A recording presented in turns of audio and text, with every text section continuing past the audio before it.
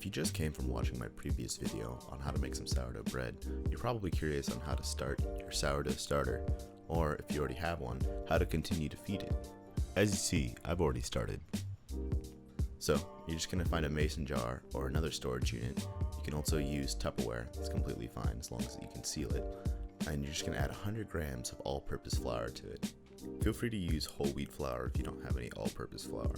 It's not actually going to affect the starter that we're going to be making, as the only potential change it'll have is the wild yeast culture that we are cultivating.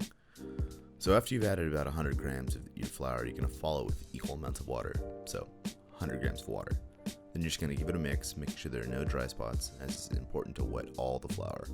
Once everything's well mixed, it should look something like this. Just put a loose fitting lid on the container. Feel free to use a paper towel or cheesecloth and a rubber band. And what you're going to do with this mixture once you put the lid on is you're going to let it sit out at room temperature for about 24 hours. Now once you've waited anxiously for about a day, take off the lid and take a look inside. You may see some activity on the top, and if you don't, that's completely fine. What we're going to do is we're going to give our starter its first feeding. You're going to empty out most of your starter until about 50 grams of your starter is left. It's okay if there's a little bit more or a little bit less, not a huge deal. You just want to take out as much of the old starter as you can. Then you're going to put in another 100 grams of flour, followed by another 100 grams of water. Again, mix thoroughly until all the water is incorporated into the flour. You're going to leave it out again for another 24 hours.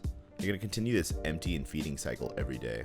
It may take a day or two to see some activity, but once you have some consistent activity from your starter, you're ready to use it for your sourdough projects. If you feed it at the same time every day, you should notice some regular rise and fall to your starter.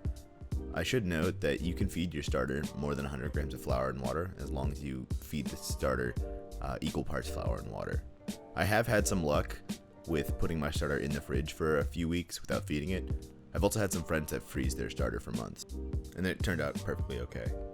So what you see here now is a pretty aged starter. I've had this starter for almost a year now. As you can see, it's got a lot of activity on the top.